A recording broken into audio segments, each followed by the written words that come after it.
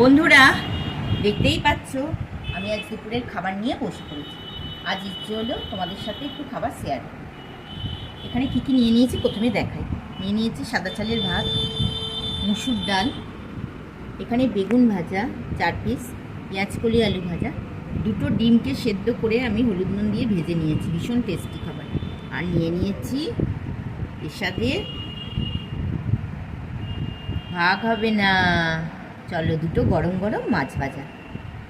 এবার খাবারটা স্টার্ট করি। প্রথমে ডাল দিয়ে খাবো। জমে যাবে বন্ধুরা, গরম গরম খাওয়া।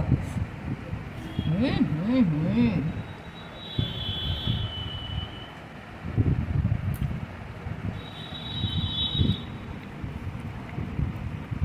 দেখো মাছটা গরম ভেজেছি, কি অপূর্ব দেখে তোমাদের সামনে আমি ভেঙে দেখালাম।